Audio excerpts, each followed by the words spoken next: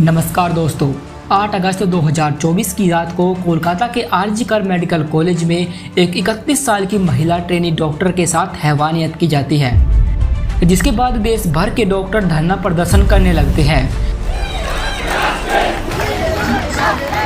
Emergency सेवाओं को छोड़कर सभी सेवाएं बंद कर दी जाती है।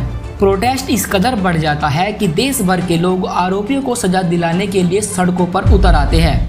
8 अगस्त 2024 बृहस्पतिवार का दिन था और कोलकाता के आरजी कर मेडिकल हॉस्पिटल में सभी डॉक्टर ड्यूटी करने के बाद एक साथ डिनर कर रहे होते हैं। उन्हीं डॉक्टर के बीच एक 31 साल की ट्रेनी महिला डॉक्टर भी डिनर कर रही थी। लगातार 36 घंटे की ड्यूटी करने के बाद वो काफ़ी थक जाती है और डिनर करने के बाद आराम करने के लिए एक सेमिनार हॉल में पहुंचती है।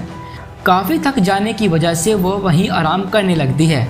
रात 2 बजे तक सब कुछ शांत रहता है, लेकिन तकरीबन सुबह 4 बजे के करीब संजय रॉय नाम का एक शख्स उस सेमिनार हॉल के पास से गुजरता दिखता है। उस सेमिनार हॉल के बाहर लगे सीसीटीवी कैमरे में सब कुछ बिल्कुल साफ दिखाई देता है। इसके बाद संजय उस सेमिनार हॉल में घुसता है जहां पर महिला ट्रेनी डॉक्टर आराम कर रही थी। नशे की हालत में होने की वजह से संजय उस महिला ट्रेनी डॉक्टर के साथ रेप करता है। संजय यही नहीं रुकता, इसके बाद वो बड़े ही बेरहमी के साथ उस महिला ट्रेनी डॉक्टर का मर्डर कर देता है।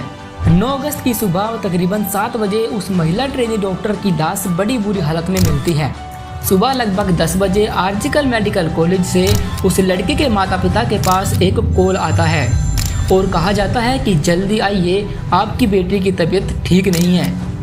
इसके कुछ देर बाद ही दूसरी कॉल आती है और फिर कहा जाता है कि आप जल्दी आइए, आपकी बेटी की तबीयत बहुत ख़राब है। इसके कुछ देर बाद ही तीसरी कॉल आती है और कहा जाता है कि शायद आपकी बेटी ने सुसाइड कर लिया है। जब पीड़िता के माता पिता अस्पताल पहुंचते हैं तो उन्हें शव भी नहीं दिखाया जाता।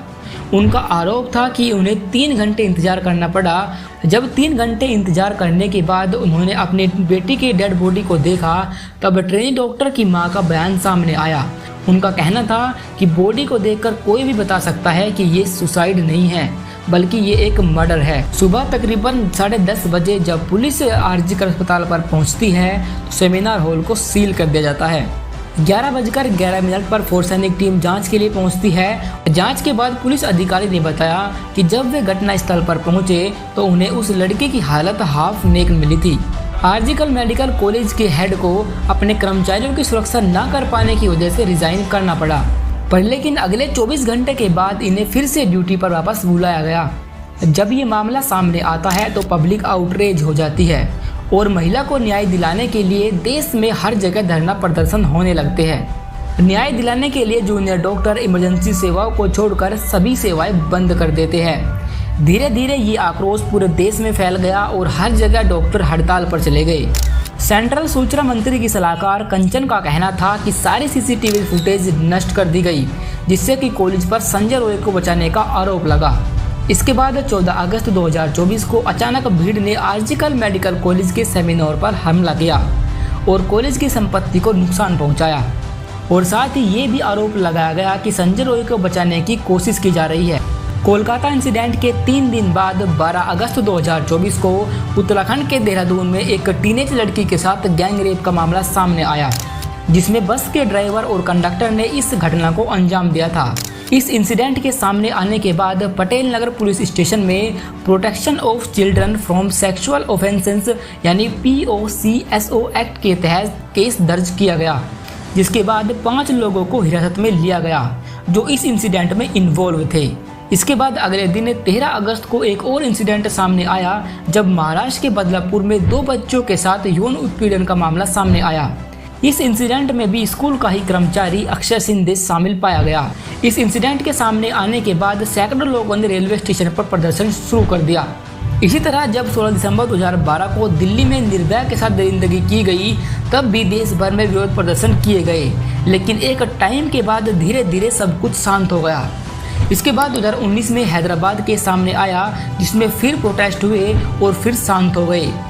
इसके बाद 2020 में हाथरस में भी यही हुआ, जहां एक 19 साल की लड़की के साथ हैवानियत की गई, जिसके बाद फिर से विरोध प्रदर्शन शुरू हुए, लेकिन कुछ समय बीत जाने के बाद सब कुछ फिर शांत हो गया। इतना सब कुछ होने के बाद भी हमारे देश में रेप की घटनाओं में कोई भी कमी नहीं आई है। एनसीआरबी की एक रिपोर्ट के मुताबिक भारत में साल 2022 में 31,516 मामले दर्ज हुए थे, यानी हर घंटे में 3 केस और हर 20 मिनट में एक मामला सामने आता है। एनसीआरबी की रिपोर्ट के मुताबिक ये आंकड़े लगातार बढ़ते जा रहे हैं, यानी जब तक आप इस वीडियो को देखोगे तब तक हो सकता है कि एक मामला दर्ज हो जाए। पर लेकिन अफसोस की बात तो ये है कि इससे भी ज़्यादा यौन शोषण के मामले सामने आते हैं, पर लेकिन मामले दर्ज नहीं किए जाते क्योंकि पीड़िता के परिवार को डराया धमकाया जाता है।